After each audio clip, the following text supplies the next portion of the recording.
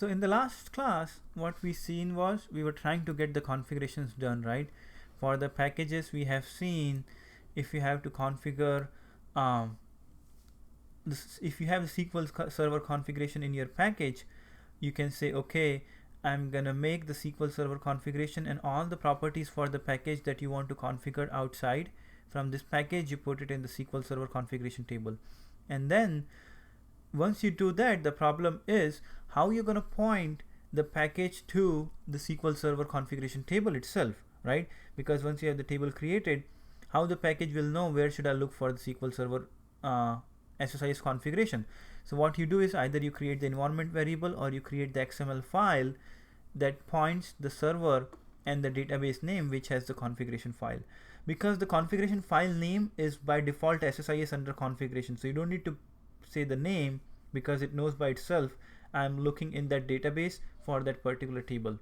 Okay, so in that way, SQL Server configuration, with the SQL Server configuration, you would need extra configuration either by environment variable or the XML configuration file, so that you can point the package where to find the SIS configuration table within the within your server in which database. Okay, so once you do that, now how you can use that configuration to set the other packages, right? So let's say you are using this destination and source, right? And you have configured that into the database. So let's say when you move the packages from Ssis from the dev to the production or dev to the test, this configuration table would be in all the environments, right? Where it will contain the same values. So what you're going to do is in the configured value where you have the server name, right? Source server name and the destination server name. So the test configured value would be, you have to put something. So what I'm going to do is in here, let's say if I'm in the test, I'm going to make the test server as, this is my server name for the test. Okay, so I'm going to say in the test, I'm going to update this table to have the value for configured value is equals to my server name. Okay, so it goes in where? It goes in the configured value column. Okay, so let's say right now this is my dev configuration, development configuration, and when I move to the test, I want it to be pointing to the test server. Okay, so the configured value would be the server name for the table SSIS configuration. And now where do you gonna update this value? To where you have to say which is your, this is your, for both of them, right? So if you have like so many values, you don't want to update the whole table, so you make sure your either you say the filter name is configuration filter. Okay, so you have to put the where condition to make sure you're not updating all the records when you do the update. Okay, so I put where configuration filter equal to for each loop, because my source and my destination where I'm getting the data and where I'm saving the data is same, but usually you're gonna have a different server. Let's say you're getting it from the OLTP and you're doing it in the data warehouse, these two would be different. So you're getting, the source would be different and the destination would be different, right? So but let's say in this case I have same, so you update the configuration filter in the test. Now when the package will be run in the test, it will automatically pick the value from the table. When you're on the prod, it will be pointing to the prod server. Okay, so that's what it helps, that it's saved in the table and it will be read from here. Now let's say you have another package, right, in which you have the same thing, you have the source and you have the destination, right? So which is this? The AdventureWorks is your source. So let's say either you keep the name same or you can make it as a source, so that would be easier for you to identify which is source and destination. I always try to change the name for the connection manager, because what's going to happen when it's going to appear in your XML configuration file and your server name is very similar to this, so you get confused. And if in the XML file you change the name of, instead of changing your actual configuration value, if you change the name of your connection, it's going to blow up. So that's why you always try to make a change in the default name. So this is the default name given when you created the connection. I never ever keep the connection name as a default name. So the default name comes from the server name and the database you picked. Okay, that's where the default name comes from. So I always try to change, because if I'm creating a configuration file, it's confusing whether it's the actual connection name or it's my name of the server. So that's why I try to keep it as a destination. Okay, and you can say it as a destination for your individual project, whichever it is. So it's more like meaningful name instead of just source and destination. Okay, so now in this package, what do you want to do? You want to configure the source and destination from where? Because when you move this package also, so we have done the configuration in just this one. When you have the another package and you have to move this package from test to dev to test, these source and destination server will change, right? So you have to do the configuration in here as well. So we're going to do the configuration this time in the other package. So I click on package configuration. I say I want the package configuration to be enabled. I add a configuration. I say next. Where I'm going to get the source and destination from? In this one, from my SQL Server Configuration Manager, right? So I say SQL Server Configuration Manager. Now it says which is the connection. So you say, okay, that's my destination connection where I have my configuration file, right? So wherever you have the configuration SSIS configuration table, you're going to point it to that connection, right? We have it in the destination. So I say SSIS configuration. Now in here, it's saying, do you want to pick on any of the variables that you have? So because my source and destination are same, right? So what you're going to do is you don't need to create a new variable, right? Because it's an existing one. So you can reuse this for each loop filter, which will set the source and destination in your package. So if the name is not same, it's not going to set. It's only going to set where the connection name is sources and destination. If the connection name wasn't, if it's a different, then it's not going to set. So I have sources and destination. It will set from this for each loop. Does it make sense? So what I'm saying is I don't have to create a new configuration filter. I can reuse the existing one which is in the table. So think about, you don't want to create these two rows for each of the packages if you can reuse this one, right? Because for all the packages in your project would be coming from the same source and going to the same destination, right? So if let's say if you have 20 packages, you don't want to create 20 rows in here or 40 rows in here, 2 for each package. You don't want to do that. So what you're going to do is you're going to say, okay, I'm going to use the same source and destination, and the name of this filter is for each loop. That's what we have given. Okay. Now, if you have the name of the connection manager in here, it's different than sources and destination, it will fail. I mean, it's not going to update. It's only going to update when it matches the exact same name what is defined in here, which is sources and destination. So it's going to update both of the connection from this filter, okay, with the for each loop. So I click next and I say, it's saying the table already contains the configuration for each loop. Do you want to override this one, or you want to use the reuse the existing one? So what you say is, I want to reuse the existing ones. You say that, and then it's saying, okay, what's the configuration for this? So I'm going to say this is for sources and source S and destination. So once you have, it's finished. So you don't need to do configure any value. It's going to do automatically for you because you already have a configuration created before, right, in the other package. So basically you're reusing that configuration that you created in here to this package as well. Does it make sense? Okay.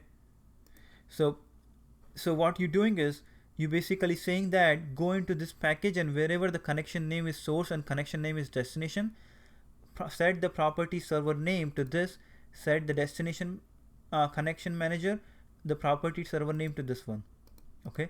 So if the destination, if in this package you had called it what it was, the default name, it wouldn't picked up the property. Okay. So it will be keep running on whatever you have value when you created the package. It's not going to pick up from the table.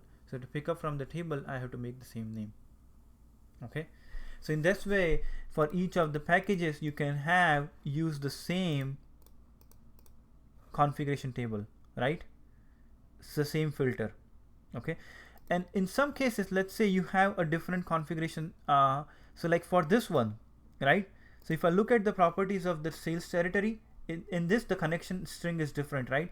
And you want this connection string to be picked up from the database. You can have this entered into the database as well. So what I'm going to do is I'm going to create a package configuration. What I'm saying is, let's see in here, what we are doing is, I guess we are reading the packages from the destination, right? So let me see. Oh, I'm creating the files in here, right? So I'm creating the flat file destination. Let's say when you go from test to prod to dev, the locations would be different. The locations are not same. And what you want to do is the location where you're going to create these files, the text file that you're creating in here, right? You're creating a text files in here. So the text file location would vary when you go from dev to test to prod. So what do you want is, you want that location to be also a part of configuration, right? So you don't need to worry about changing in package every time when you go from one environment to other. So what you can do is in here, you can create a separate configuration for this one and say, I want to add a new configuration for my flat file, okay, and which would be SQL Server configuration, and that would be the SI. Where do you want to create? In the SIS configuration table. Now, do you have that filter that stores the variable, the path value? You don't have it, right? So what we're going to do is, we're going to name this as a path for your flat file, okay, path for flat file. Okay, so I'm creating a new configuration filter which will be called as path underscore flat file. Okay, now the path underscore flat file would contain what? It would contain the connection string of your sales territory connection manager connection string, right? So the connection string which would connect base, which will contain the path. Where do you want to store it? Okay, so you click next and you say this is your flat file connection. Finish. Click close. So now if you go and look at your table, you're gonna have one more filter in here which says the name is this, and it's gonna set the properties for the connection del sales territory, and properties is the connection string. So for this connection, this property will be set to this value. So whenever you have in different environment, you set the value for this path differently in each of the environment if it's different. If it's same, you don't need to worry about. Okay, so but again the name has to be same if you want to reuse this flat file path. So let's say you can make the generic name, you know, when you want to save the file and you're having the same kind of thing in each of the packages. So you can just make the name of this connection manager, instead of having this del sales territory, you can just make it as a destination flat file. And in each packages, if you're using the flat file connection, you can call the same thing, flat file destination, flat file destination. So in that way, you don't have to create a separate configuration filter in here. You just need to create one, and then you're going to reuse the existing the filter that you have, right? So why I'm trying to avoid creating more filters for each package, I don't want to create one because I know I would be using the same location. So why do you want to update or maintain 10 different filters just for the same location? That's the concept. Okay, all right, so you go through each packages and you're gonna make same thing. If it's a generic connection, you give a generic name and then you put it in the configuration SSIS configuration table. Okay, so in that way you can reuse it. Now in here still there is a one problem. Can you tell me what's the problem with this package? We solved it, but does this package, did we solve the problem? In here you are saying that okay, go and take the value from the configuration table, but when you run the package in the test, does it know where its configuration table is? It doesn't know, right? So the same thing you have to do is you have to add a configuration in here which will be pointing to the environment variable. Okay, does it make sense? So you have to do the same thing. You have to, for each of the packages, you have to add the SQL Server configuration plus the environment variable or the XML configuration file, whichever you are following. So let's say if we are following the environment variable in here, we have to keep doing in all of them. We have to create the same two more variables in each of these packages. So think about if you have 40 packages, you're doing the SQL Server configuration, it's make it easy, but you have to create the same time an environment variable in each of the packages, right? So if you have 5, 6, 8 packages, you can do it, you know, just pick from the environment variable for each of the packages in the configuration. Think about if you have 40 packages, Would that be doable? It's going to be a little tedious. Every time you create SQL Server configuration and then you say okay point and then create environment variable configuration as well. So the XML configuration file is out of picture, because if you create XML configuration file for even 10 packages, when you move from dev to test to prod, it's always a pain to change all the 10 files, right? So the better is the environment variable, but when you have the 10 packages. But when you have 40 packages, even the environment variable decrements. It means it's not that much that helpful. So what do you do now? What kind of methodology you use when you have 40-50 packages? So because you don't want to create the SQL Server configuration, at least one configuration and at least one environment variable in each of the packages. So if you have 40, you're talking about creating 80 configurations, right? So I mean, it's one-time thing, but it's too tedious when you have changed something. Let's say when you move from one machine to another machine, let's say you're doing a server migration, okay, and you're going from one machine to other machine. All you can do is you can create environment variable in there, but I'm saying just if you have to change something, then you have to change all the 40 packages for the configuration for some reason, right? So how we can avoid those situations when you have huge number of packages? So now the concepts come is of the master child packages, okay? So what we're gonna do is so all these packages are nothing but let's say this is your child packages, okay? Now you're gonna create one master package which will call all of these packages, okay? So that's called as a master child package framework. I mean, it's not that it's called that way, but it's because you're creating one package that will be calling all of these packages what you have in here, okay? All right, and then what you would be doing is you will be passing all the configuration value from master packages to the child packages, okay? From master package to child package, you would be passing the configuration values. So now let's see how can you have the first, how can you create a master package?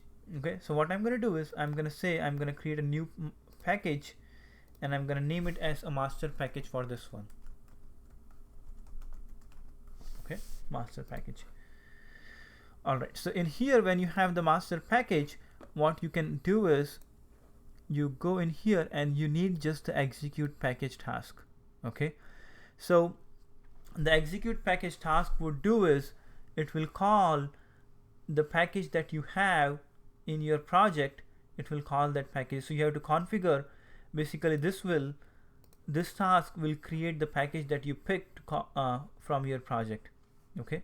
So I can say is I want to execute the package task and I want these of the packages to be called in here, okay? So in here when we are configuring the execute package task, okay, so there are several ways where how you can configure the execute package task.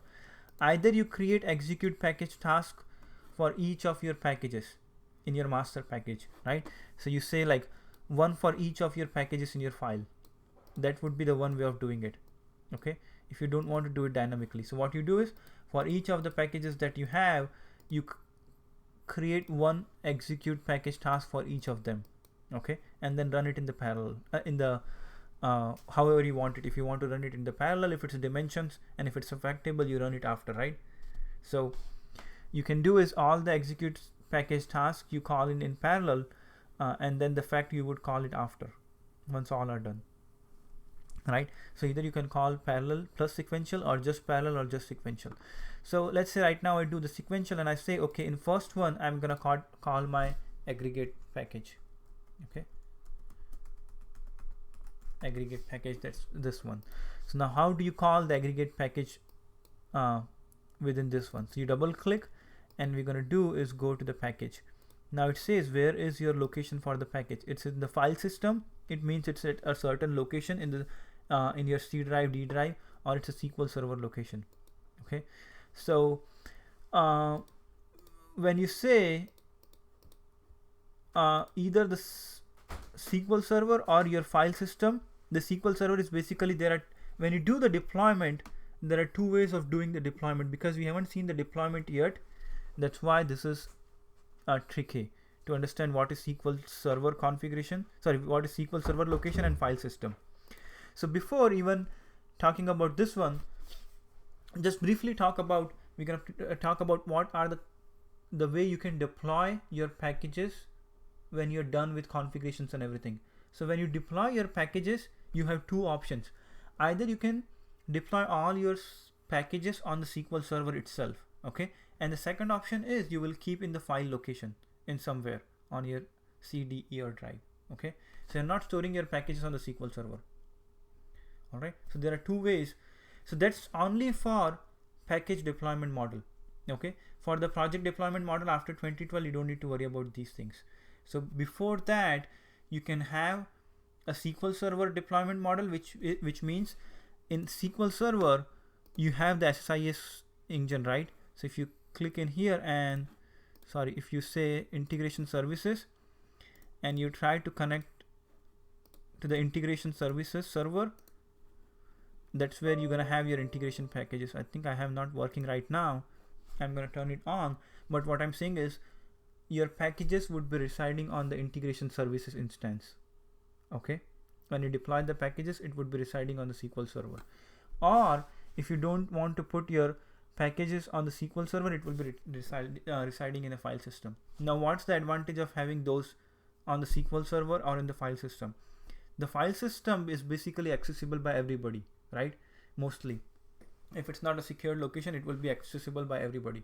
So if you're storing the packages with the password, right? So let's say right now what kind of authentication mode I have to connect to the SQL Server, Windows authentication.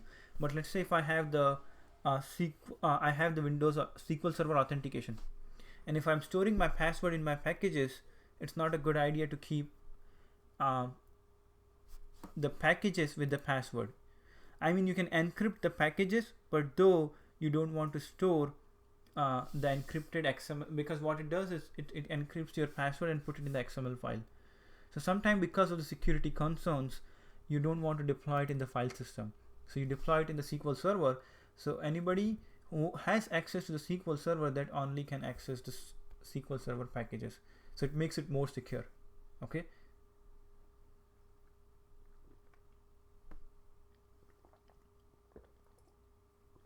But we're gonna see the deployment later on. But so what I'm saying is, let's say my package location is right now file system, okay?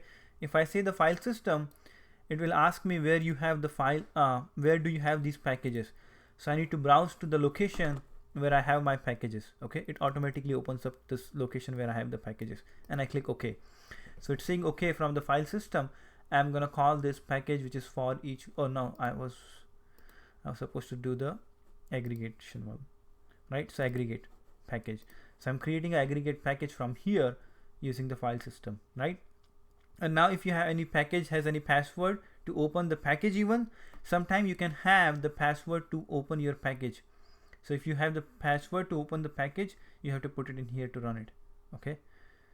All right, now this parameter binding will be used when you have to pass the parameters from parent package to child package, when you want to exchange the parameters, okay? We're gonna look into it later on.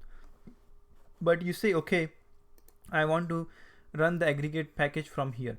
So now what happens is when you run the master package, the aggregate package will be run first, okay? So you don't have to go on each individual package to run. As soon as you run the master package, everybody will be running from here. So you have to, same way you have to configure this one as well. So let's say I'm gonna call the event handler logging the second, okay? So I'm gonna go to the package, change it to the file system, because right now I didn't do the deployment to the SQL Server. So that's why I'm accessing my system packages from where I have saved right now, right? And I say new connection to my package event handler logging, okay?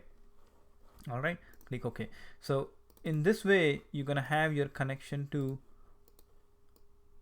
created to all the packages that you want to run from the master package, okay? Click OK. So now the advantage is you don't have to run this package individually, right? All you do is you run the master package, it's gonna execute each of them one by one. That's the first advantage. So when think about this, when you're creating 40 packages, okay, and then you have to run the packages from where you're gonna schedule the packages. You always schedule the packages from your SQL Server agent, right? You put your jobs on the SQL Server agent, right, to run at midnight. So let's say you're putting the packages in the SQL Server agent, and if you have like 40 packages, you would be creating 40 steps to run one after each other, right? So you call each package and you say, okay, I want to call this one first, then this one, then this one, then this one. So in the agent, you have to create 40 steps. So all you can do is, if you have so many packages, that would reduce the number of steps in the agent. So in agent, all you can do is you can just call the master package, and then master package will be calling everybody. Okay. So you're trying to do most of the things in exercise.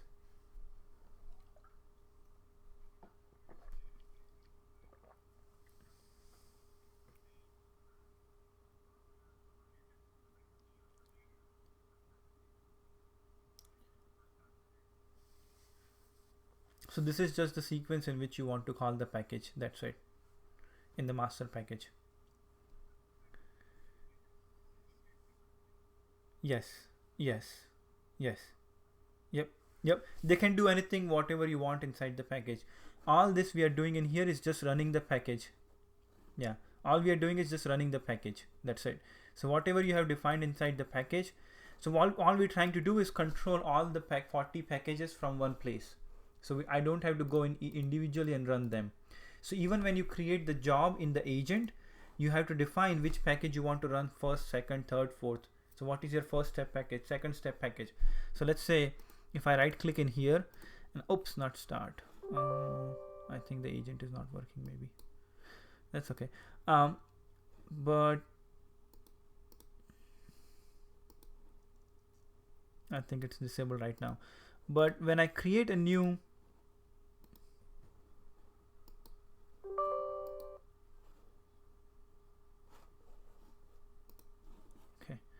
so I don't know if you have seen the SQL Server agent. What it does is it's asks you when you create, I think it's not running right now. Now it's running.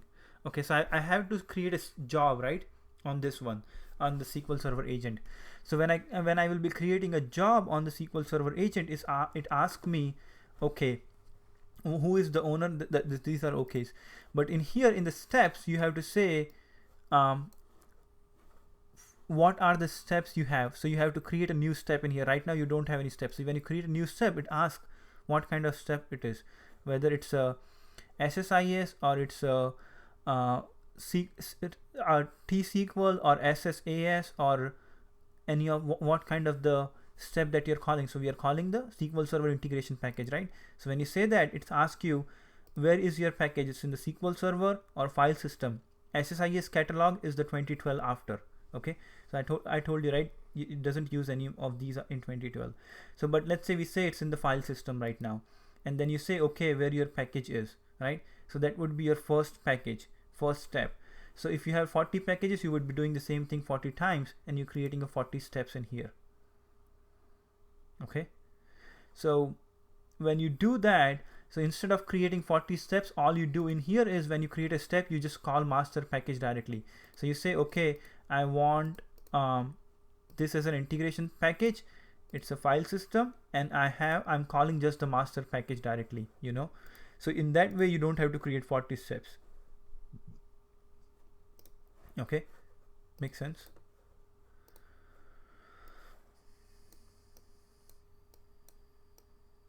Okay, so in the master package, once you have done this, you have 40 packages called, right?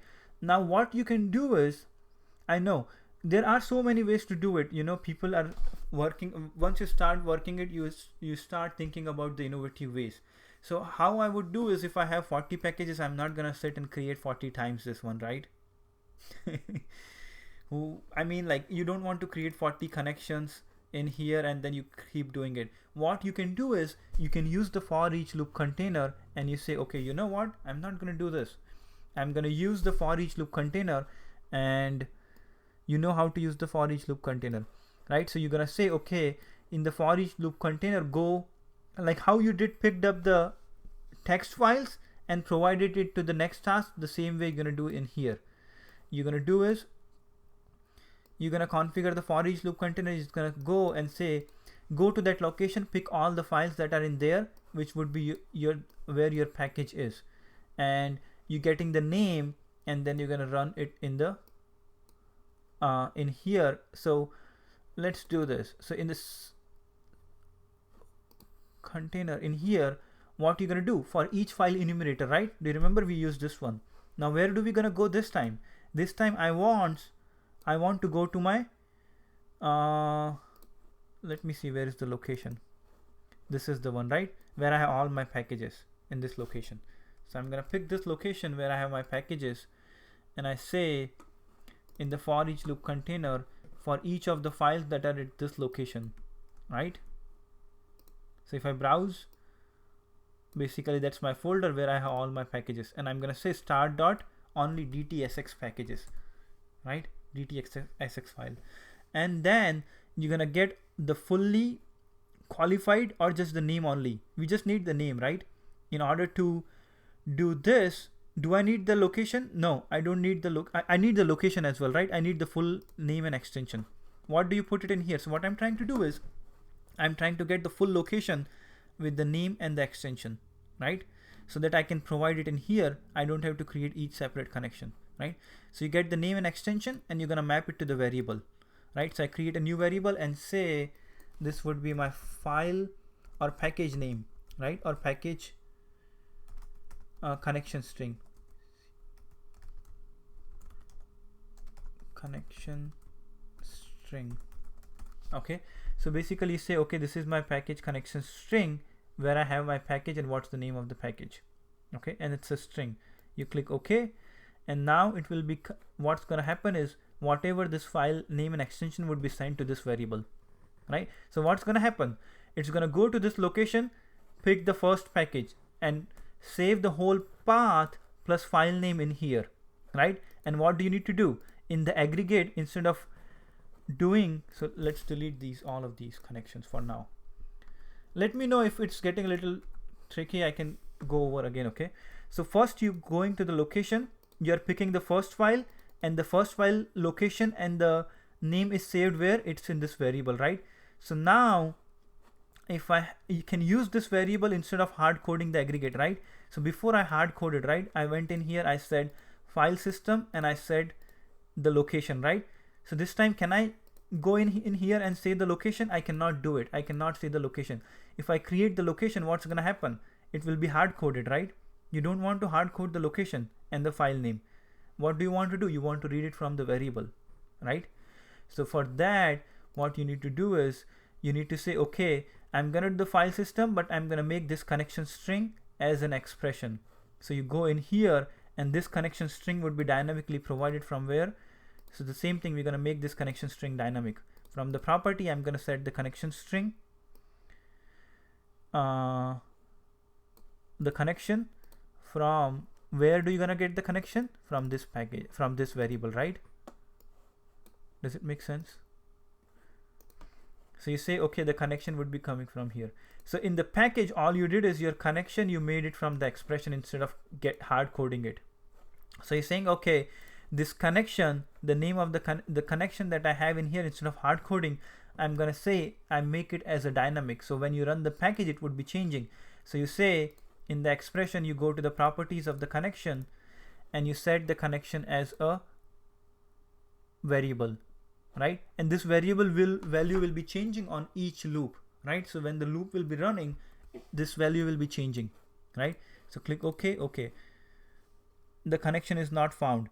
So what are you gonna do? You're gonna click OK, and then what do you need to do? You need to set the delay validation property to true, right? You know that, right? You have to set the delay validation property to true, because right now this connection string is empty. That's why it's complaining about. So I think what I need to do is I just need to go to the properties and say delay validation to true. All right, and make sure it has this expression set, because I had to cancel it. So yes, so it has connection string, right? Everything is set. So when you run the package, this variable get the value of the location and the file name, basically the package name, and it will be running. Okay. All right. So for each of the files that it's going to get in this location, it's this location, let's say it has, this location has 10 packages. It's going to run all of them in the aggregate one, right? So you don't need to call it aggregate. What you can call it now, you can just call it as a master package, because it's not an aggregate. It's going to call all of the packages that you have in here, right? Does it make sense?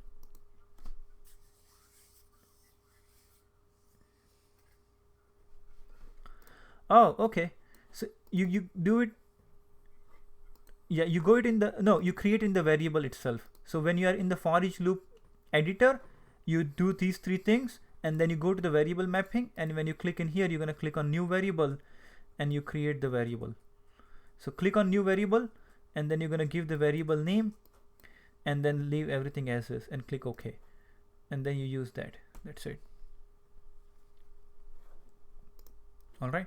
So now think about what you did. Do you need to create 30 packages if you have 30? No, it will be running all of them in here with the loop. So I mean, it's all about thinking, you know, how can you do those things when you have, you know about this for each loop container, and I told you about the doing it one by one. Then you can think about how I'm going to loop these through. Now, do you see any potential problem with this one? There is a very big problem. Yes. Yep. Yeah. Right. So let's say think about the fact package comes on the top and all the dimension comes later. So it's going to pick the fact package, it's going to run the fact, and then it's going to run the dimension. So now here's the problem. What do you do? So either you name the package 1, 2, 3, 4, but sometime you don't know what the for each loop going to pick up, you know, so you cannot rely on that. So for those scenarios, what you have to do is think about a scenario. Can you think about a scenario what you can do? So think it should be very similar to this one, what we did in here.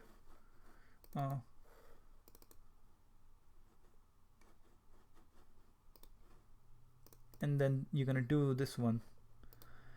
I'm just showing you what you can do, but you have to think what I'm pointing to. So what you can do, basically you're doing reading from this table, you're putting into the record destination, and then you're running the for each loop container. Instead of going into the directory, you're running it from the for each edu enumerator from the memory. So what I'm pointing to, what you can do the same thing in here. So think about, you can have the same thing on the top. What do you need to loop this package? You need the package name and the location, right? So you're gonna create a table that has all the packages name. So you're gonna create a package, a table in your SSIS configuration database, which will be called a new table. Let's say the package name, the order of the package, and then the type of the package, all those informations.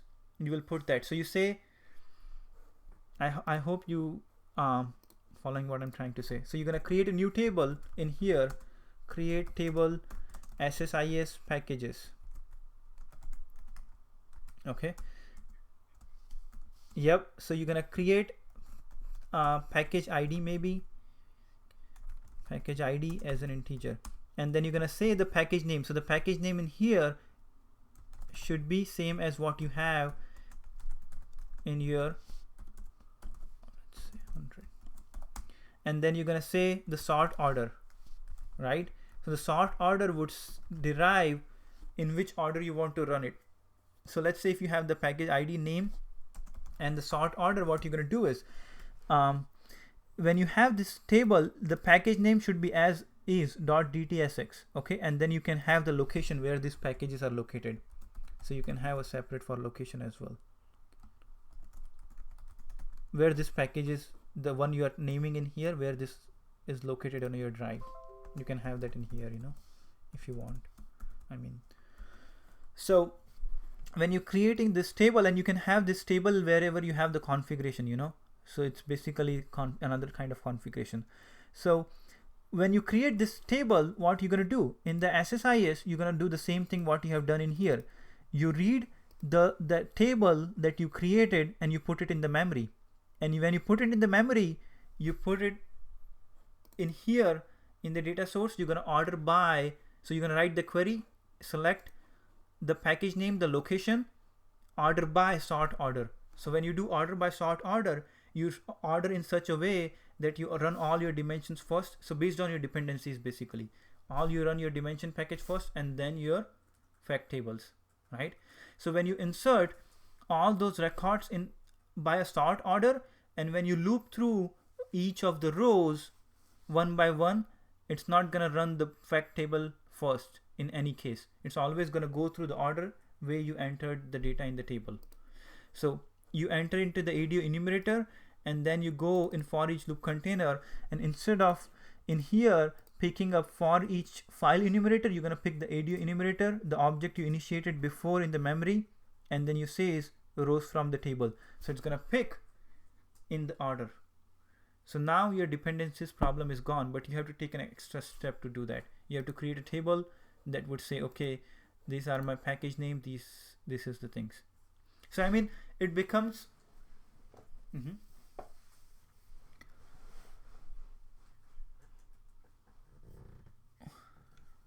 yes, you have to manually figure it out. Yep. So all you're trying to do is, instead of depending on the for each loop container to pick your package, you are telling the for each loop container that you should run this in this order. Yep. So you have to manually enter everything in here.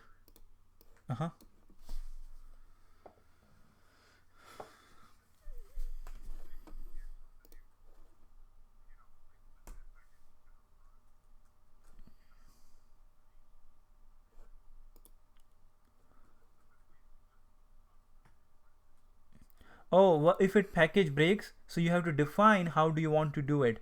Yep. So if you go to the properties, I think you have maximum error count. So you can set it, if it, so it's maximum error count, you can set it to 3. So you can have like 3 allowed dimension to be failed. If it's more than 3 dimension fails, you fail the whole package.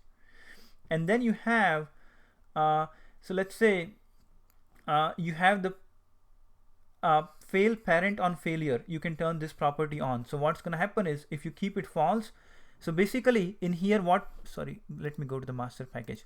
In here, what you're calling, are you calling these packages, right? So if I go to the properties in here, when you have fail parent on failure, so it's going to, when the inner package will fail, it's going to fail the outer as well.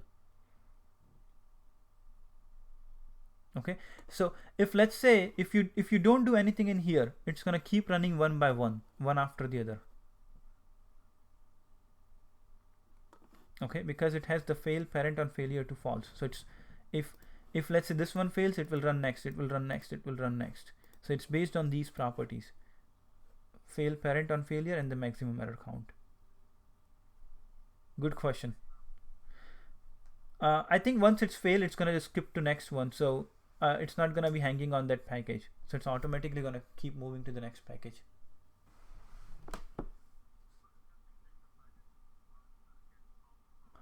Oh, I see. I think I don't think there is that thing you can control, like maximum time. Yeah. No timeout. Yep. Because usually these kind of packages take some time, like an hour or 2 hours. Those. I mean, there is no. I mean, what you can do is you can have. Yeah.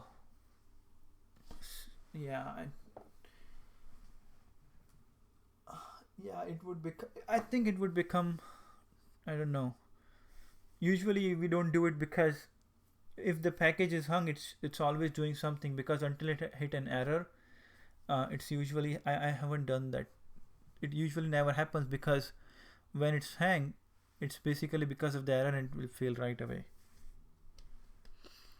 Oh yeah, there is one thing you can do is, there is a connection. When you make the connection, there is, within the package you can control that.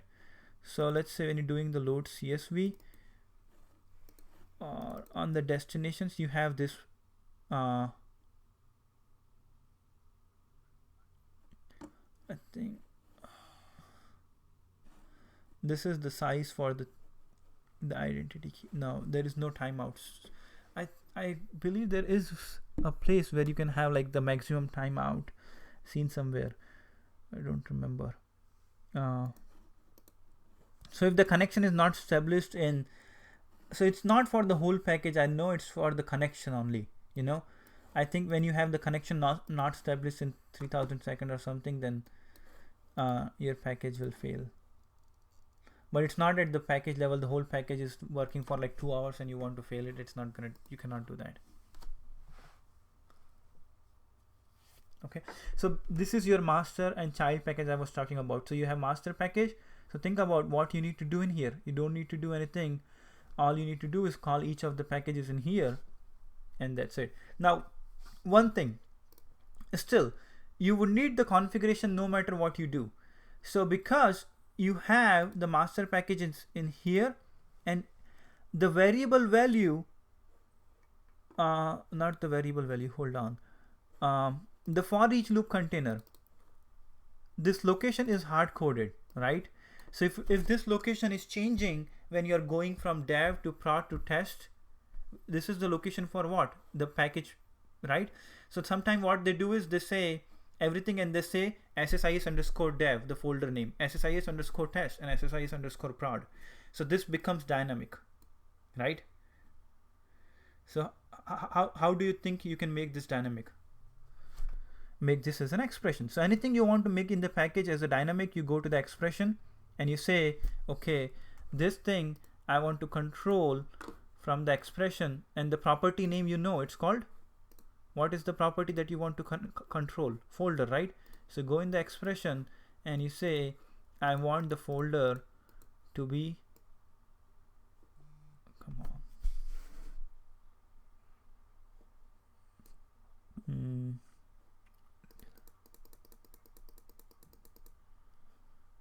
Maybe let's do this. So, oh, there it is, expression in here. So not in here, it's I think in here. So if you go to the expression and then you have the folder. Come on. I think it's called directory. Yeah, maybe it has to be this one. Yep. So basically what I would do is I wouldn't put the directly in here, right? So I'm gonna do is, if I have to do this as a variable, what I need to do, I'm gonna create a variable in here, right?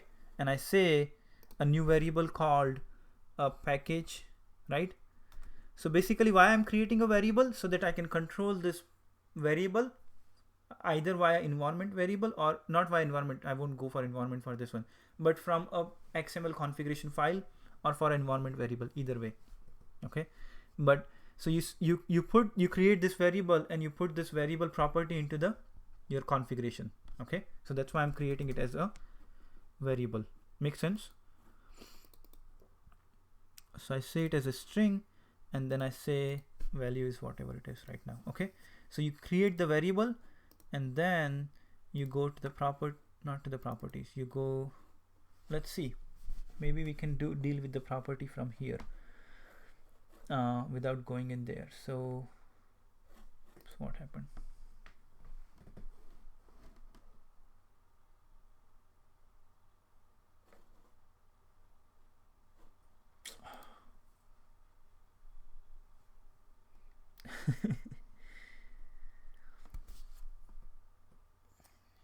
Oh no, it's gonna shut down on me.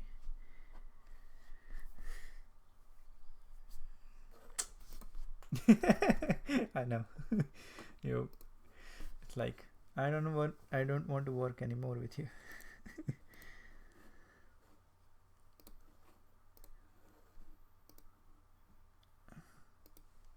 No, yeah, if you don't recover it, you lose your work. But usually I keep pressing save. But let's see, I think I clicked, I didn't retrieve the package by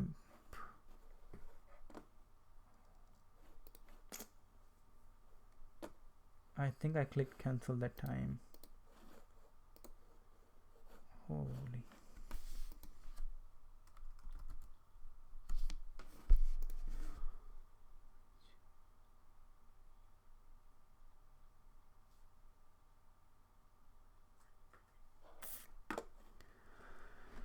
Oh, it asked me the recover, and by mistake I clicked on no. It recovers for you.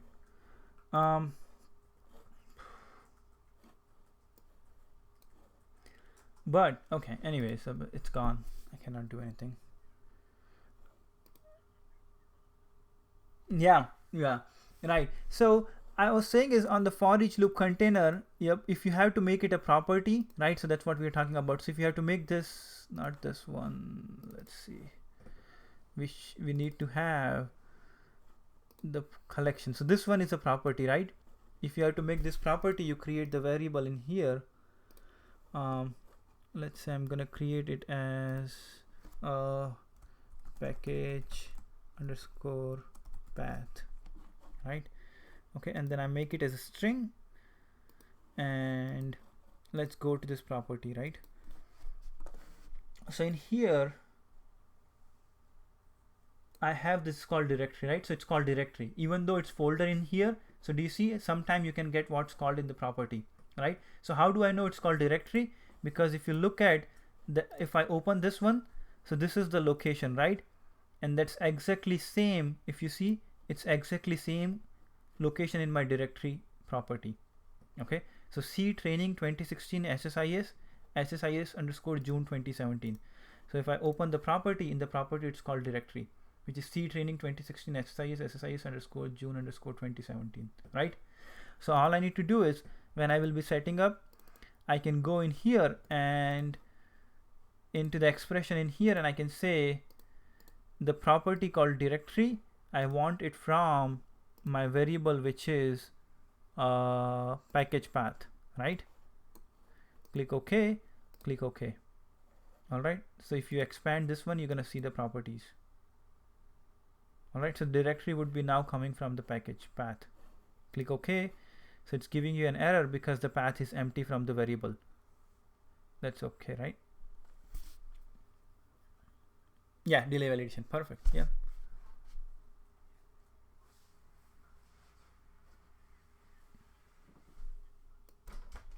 Yeah. You don't have to do anything. Yep. So it's going to search in that path for all the files, how you do start.txt. So it's going to pick all the files. Yeah, right. You have to say like which file you want to looking for. You can specify the whole name of the file as well with the extension. So see the folder name. I think the asterisk is for basically anything after the sales underscore. Yeah, wildcard. Yep, wildcard. So see in here now I have the folder got empty because it's coming from the variable, right? So now what do you need to do? You have the variable, and the variable value you can set it for the one time in here. Okay, so I'm gonna set the value in here, click OK, and if I go in here now, it will automatically, it should have the value now. But if I save, the path is empty. So I go in here and I say evaluate the expression, you know, maybe the package path. I hope I put it in the right place. I don't know, maybe, oh, I put it in the territory name, my bad. I would be putting in the package path, that's why. What happened? So I don't know.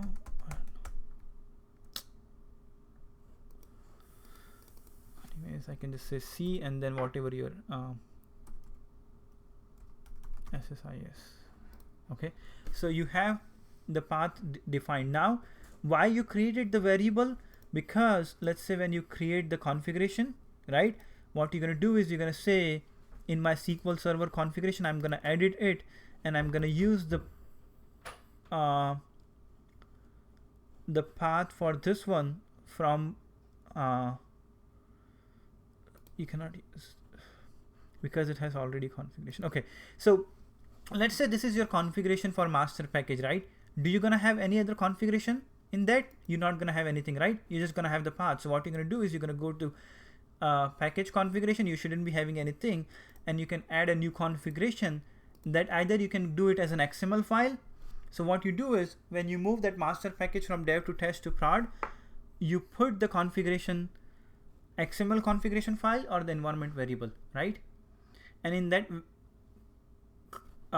configuration file, so let's say if I pick the configuration file I want to do it, and I'm saying it as a master package, okay, master package, I name it as a master package, click save, and it's going to be called master package dtsx.dtss config. That would be the XML file. And which property I want to set for the master package?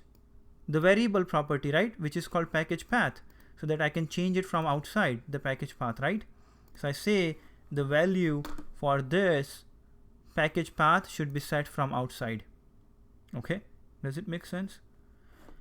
So click next, and I'm gonna say this is the path for the package, right?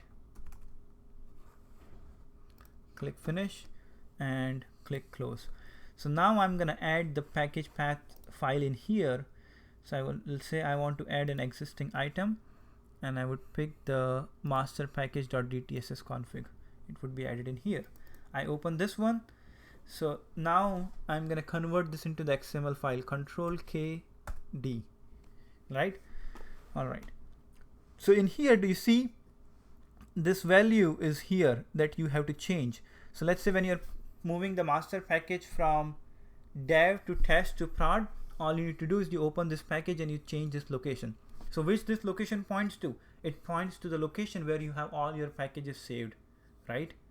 Basically, this is nothing but where you have all your packages saved. So when you run your for each loop container, it's going to look into the package where you have all your packages into that location, and it's going to get all the package one by one defined in your file, right?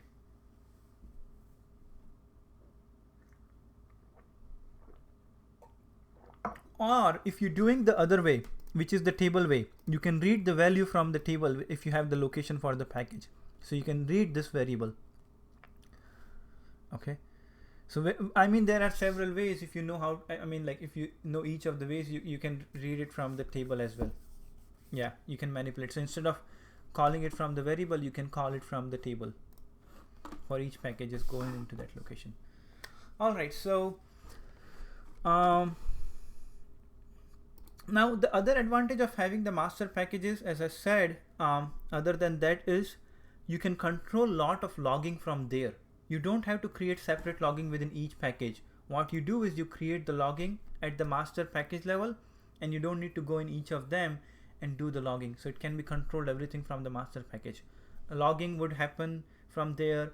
For the error messages, if you have to send out an email, you can control those from there.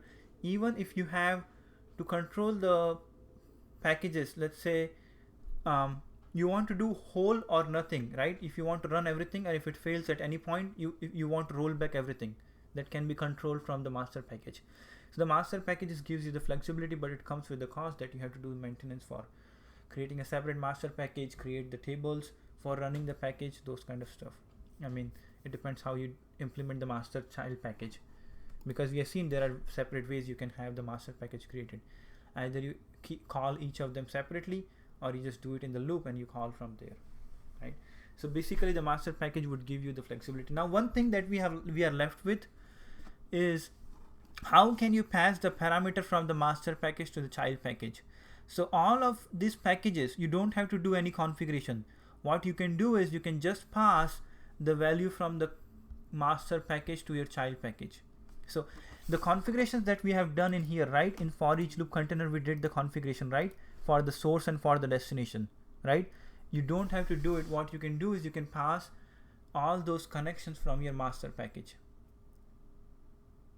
So you don't need to go in 40 packages and you have to do the configuration for individual.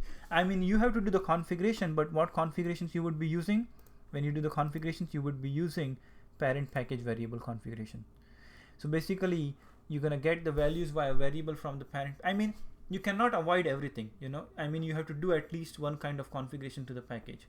So because it has to get value from somewhere, right? Each of the packages. So that's why when you do the master child package, you don't want to do individually. You're just gonna take the values from the master package. So basically, what it helps is, if your values is getting wrong in your packages, it's coming from the master package, so it's easier to troubleshoot that time. So you go and look what the master package is passing. You don't need to go each of them and find out what's value getting passed. So basically what you do is you control the configuration via parent package. Okay, I mean, this one gets a little tedious. I would always prefer to do the SQL Server configuration because it's always pointing to one table. All I do is all I pass is the second one which we had for pointing the Ssis configuration table. I make it as a parent variable. So all of the packages would be pointing to SQL Server table, but where the SQL Server table is would be coming from your master package. Instead of coming from the environment variable or coming from the XML file, what you do is you do all the packages with the SQL Server configuration and read the value of your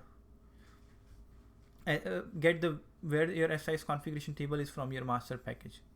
Okay, that's what you can do. So I guess that's all about the configurations. So do you see how tedious it is when you have the package configuration? You know, you have to keep passing the variable from here and there, right? Nothing is like foolproof solution. When we're gonna see the 2012 project solution, you will be like, wow, this is like so simpler. There is no different types of configurations. It's just one straightforward. You put one thing in the SQL Server. That's it. There is no parent. There is no child. There is no SQL Server configuration, SSIS configuration table. There is no XML configuration. Everything is just in SSIS catalog, and it makes it so easy. You don't need to worry about all those things. I mean, parent-child package could be there, but all about the configurations hassle you have to do, it's all gone from 2012 onwards. So before 2012, and it was like very tedious to do the configuration things for the large projects. 2012 did it very well. So that's the major difference with the SSIS in 2012 they come up with. So we're gonna see that, and hopefully we will do in the next class the master child package, and then we'll start with the or basically we're gonna wait until you finish the project for the SSIS configuration. Okay, because I want to show you on your project so you can apply that on your project, you know, because these ones is not, because these ones you know it, and now I mean, like, most of the companies they still have it, but they're trying to get away with it. So this is a kind of going away, the package configuration, but you know it now. That's the important is. You don't need to apply like on whole project. What I basically want you to apply is the project configuration, and that is like way simpler than that. But you understand, if you have the old package, if you have to touch those ones, you know how to deal with this package configurations.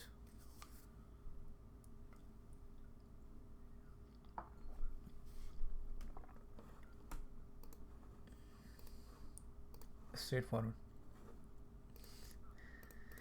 Yep. Yeah.